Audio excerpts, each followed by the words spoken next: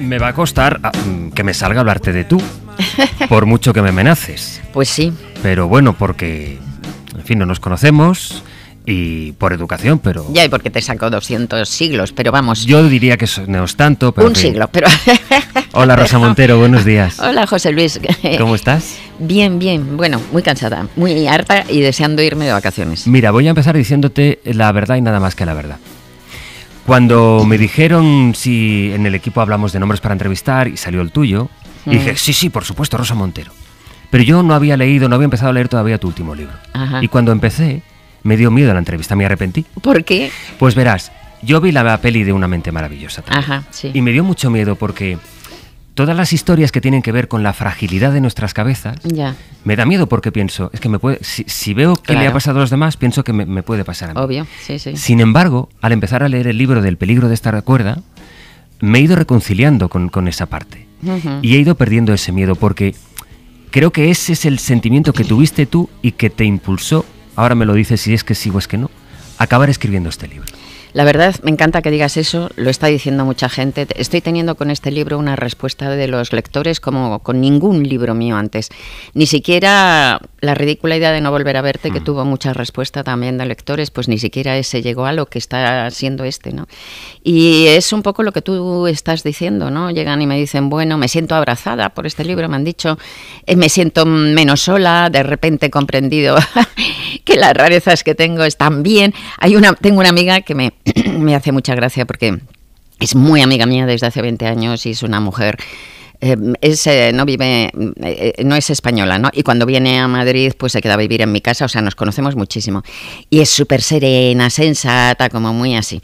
Entonces de repente me manda un email y me dice, me estoy leyendo tu libro y te voy a contar. Y me empieza a contar un montón de rarezas alucinantes, del tenor de que esta es una de las que me contó. Me dice, cuando estoy leyendo un libro no puedo abandonar la lectura en una página que tenga el número 7, porque entonces pienso que me va a suceder una catástrofe.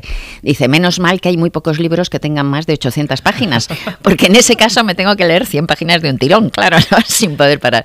Entonces dice, me cuenta otro montón de rarezas semejantes y me dice, menos mal que no se me nota. Y es verdad que no se le notaba, yo no lo había notado. Y añade esto que me encantó, ¿no? Dice, creo que este libro nos autoriza a no ser cuerdos. Y entonces eso me pareció precioso, ¿no? Y es un poco lo que la gente está de alguna manera sintiendo, creo. Tenemos la suerte de que ahora hemos empezado a hablar abiertamente, por suerte, insisto, bueno, de la salud. Bueno, sí, ¿no? Hemos empezado a hablar, no sé si abiertamente, pero hemos empezado a hablar. Bien, de acuerdo, hemos empezado a hablar de la salud mental, pero yo creo que todos tenemos de manera íntima nuestro temor a que es que puedo perder la cabeza en cualquier momento. Claro. Es que todo es tan frágil, tan débil, pero no lo decimos, no lo compartimos. No solo eso, sino que es que, bueno, dice la OMS, ¿verdad?, que yo creo que es una valoración muy corta, que se queda muy corta, que es mucho más la gente que tiene esto, ¿no? Pero la OMS dice que un 25% de la humanidad va a tener antes o después un trastorno mental en su vida. Yo creo que es bastante más, 35 o más. Pero pongamos el 25, pues esto significa que todo el mundo o bien va a tener un trastorno mental, que yo ya lo he tenido, porque he tenido crisis de pánico, o bien van a tener un trastorno mental ellos mismos, o bien lo va a tener alguien muy cercano, sus padres, sus hijos, sus hermanos, sus amantes, sus amigos íntimos, porque es cuando menos 1 de cada 4 personas. Entonces, lo que llamamos el trastorno mental o lo que llamamos muy mal llamado locura es algo que forma parte esencial, básica de lo que es ser un ser humano. Y sin embargo ha estado oculto bajo un tabú total, no se nombra, no se dice, se estigmatiza a la gente con trastornos mentales para protegerse la gente y para no parecer distintos, cuando en realidad la normalidad no existe. Esta es otra de las tesis del libro, que la normalidad no existe, ¿no? Entonces, pero para no parecer distintos, desde muy pequeños creamos unas herramientas defensivas que hace que nos ocultemos aquello que no parece normativo, ¿no? Entonces, es alucinante, porque claro, eso es una sociedad totalmente enferma, que está rechazando algo que forma parte básica de lo que somos.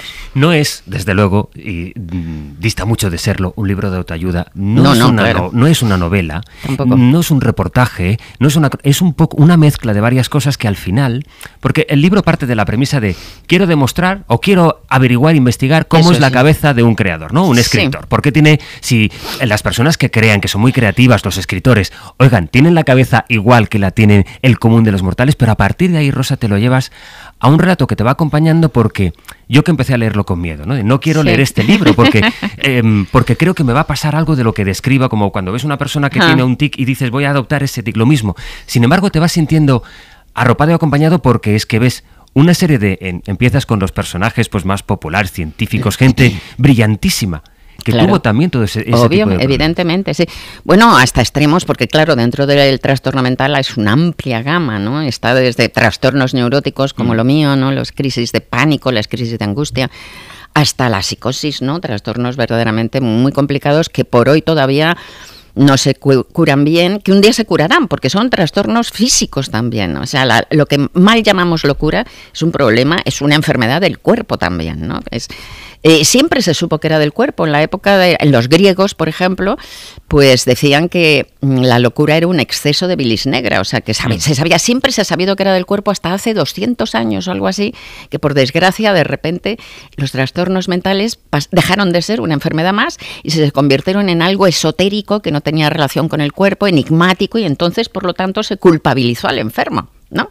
Se culpabilizó al enfermo. Entonces, algún día se encontrará, sin lugar a dudas, la cura, ¿no?, para los trastornos mentales, pero hay algunos que son muy graves, como la psicosis, ¿no? Entonces, y realmente el dolor psíquico es un dolor terrible, uno de los mayores dolores. Pero es que también en esos casos hay que sacar eso a la luz, hay que insertar a la persona. Se hace todo lo contrario de lo que hay que hacer, porque lo que llamamos locura es en realidad una ruptura de la narración común. Te sales del entorno, te sales de tu sociedad, sientes, tu cabeza te engaña, sientes que eres de repente un marciano, que a nadie le pasa lo que a ti te pasa. Te sientes en esa absoluta soledad psíquica que es absolutamente terrible. Te sientes como un cosmonauta que se le ha roto la manguera que le une a la nave y que está derivando pues a la negrura cósmica, ¿no? Entonces, si tú a esa pérdida de sensación de lo real, ¿no? Pérdida de enganche con lo real, pérdida de enganche con tus coetáneos y con tus contemporáneos. Si a eso le añades el estigma social y la soledad social, que es lo que estamos haciendo hasta ahora, pues condenas a esa gente al infierno. Si, por el contrario, lo abordas, lo sacas a la luz y los atraes, los insertas socialmente, esa gente puede ser validísima y tener una vida plena. Por ejemplo, Isaac Newton tenía delirios psicóticos y era Isaac Newton, y somos hijos de Isaac Newton. Marie Curie era depresiva. Entonces, naturalmente que incluso gente con problemas psíquicos graves pueden hacer cosas enormes. Hay un momento del libro que para mí fue una revelación cuando describes, porque es muy difícil poner palabras a todas estas cosas, y tú lo vas contando, ¿no? Hay veces en las que ni siquiera puedo describir aquello que me pasa, sí, pero claro, sí que hay una palabra que creo que es un fogonazo de lucidez, que es el estupor. Sí. El estupor, no sé si lo describo bien, ayúdame tú, pero es ese momento en que perdemos pie, aunque sean 2 milésimas de segundo. Ya, bueno, eso veo que te pasa. Sí. Porque por eso te ha parecido tan brillante, porque se describen diversas un momento cosas en que algo se desenchufa y te quedas flotando. Te desenchufa, sí, hay un momento estupor. Bueno, es que yo considero, claro, mira, como soy ya muy mayor, cuando yo tenía 20 años era la época en la que el marxismo triunfaba en las élites intelectuales del mundo, entonces todo era ambiente, o sea, todo lo que nos pasaba era un producto del ambiente, ¿no? O sea, era la situación social, era lo que te afectaba. Y hoy nos hemos ido al otro lado completamente distinto, que es todo es biología, todo es sopa química. Yo creo que es la mitad. Entonces, porque el ambiente altera nuestra parte biológica también y la cambia, pero la biología, por supuesto, que tiene mucha importancia. Entonces, estos estupores, digamos, son una desconexión neurológica. Decía Eric Kandel, que fue premio Nobel de Medicina, que todos los trastornos mentales, absolutamente todos, se deben a un fallo en el cableado. Un fallo en el cableado entre las neuronas. ¿Cómo se conectan las neuronas? Que, como sabes, se conectan por una cosa que se llama sinapsis, ¿no?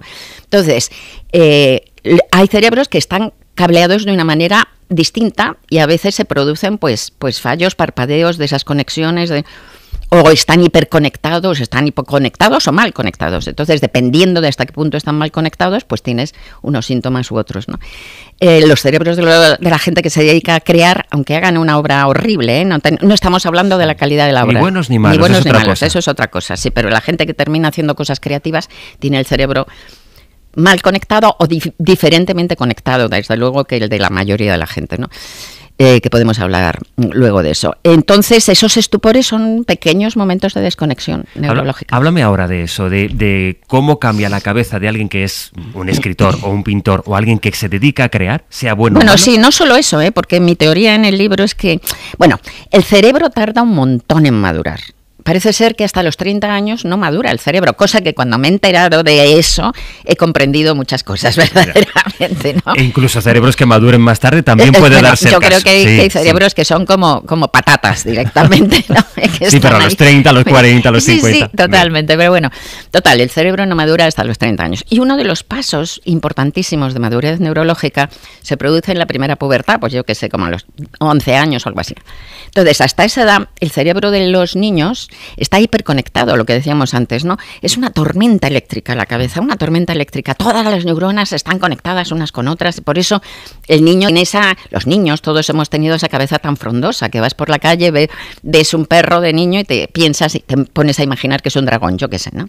Entonces, a esa edad de la primera pubertad se produce uno de los pasos de maduración cerebral más importantes y que consiste en una poda tremenda, una poda muy grande de las conexiones neurológicas, neuronales, que no son útiles para concentrar el cerebro, que esto es muy bueno para la supervivencia de la especie, concentrar el cerebro en cosas útiles, claro, como por ejemplo, como digo en el libro, en cazar bien a los mamuts y en recolectar sin envenenar a la tribu, ¿no?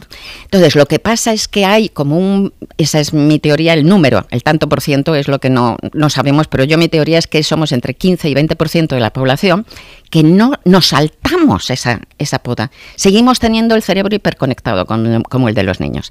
Y entre ese porcentaje están, primero, los enfermos mentales, segundo, como dice la neurocientífica Mara Diersen, los que nos dedicamos a cosas creativas, y yo añado una teoría, también un montón de gente que a lo mejor no llega a ser profesionales de la creación, pero que tienen de todas maneras esa cabeza hiperconectada. Y yo creo que entre esa gente está, por ejemplo, fíjate, José Luis, aquellos que son apasionados de la lectura, como yo, porque los novelistas primero somos lectores, ¿no? Aquellos que necesitan leer para poder aguantar la vida, para poder levantarse por las mañanas, ¿no? Ese tipo de gente yo creo que también tiene el mismo tipo de cerebro y que forma parte de lo que Proust llamaba la magnífica y lamentable familia de los nerviosos. Es un libro que tiene momentos en los que lo pasas mal. Sobre todo a quien se acerque al peligro de estar cuerda verá que hay varias Rosa Monteros. Yo espero que haya venido la auténtica. Hay momentos en los que te diviertes y te ríes mucho. Oye, ¿y la entrevistadora cómo lleva esto de ahora ser entrevistada en todas partes? Mira, cariño, llevo tanto tiempo siendo entrevistada como entrevistando casi. O sea, llevo entrevistando, empecé a trabajar con 19 años, pues que hace mucho que ya no entrevisto, por cierto, pero pues yo qué sé, empecé a entrevistar hace 50 años, 51 años, y llevo siendo entrevistada 43 años. O sea que para mí ya son las dos cosas algo muy automático. ¿Estás ya escribiendo otra cosa? No, estoy horriblemente en mitad de la promoción esta que estoy muy agradecida, por otro lado, de que horriblemente en la promoción significa que has estado mal, te ha costado venir. No dime algo bonito, Rosa Montero. No, por eso, que agradezco muchísimo y me encanta y tal, pero lo de horriblemente te quiero decir que es que no paras. No es porque sea el hecho, sino que no paras. Ahora ya voy a parar para las vacaciones. Por eso tienes una cabeza distinta. Pero no paras. Es muy cansado. Ya. Y viajas y no sé qué, y todo el rato estoy en un tren últimamente, porque intento en España no ir en aviones para no contaminar en distancias cortas. Entre las 3 citas que abren el libro de Rosa Montero está esta de Shakespeare, que dijo: es una lástima que los locos no tengan derecho a hablar sensatamente de las locuras de la gente sensata. Muy bien. Querida Rosa Montero, ha sido un gusto, terriblemente un gusto. Un abrazo y hasta la próxima. Muchas gracias, José Luis. Adiós. Muchísimas gracias. Besos.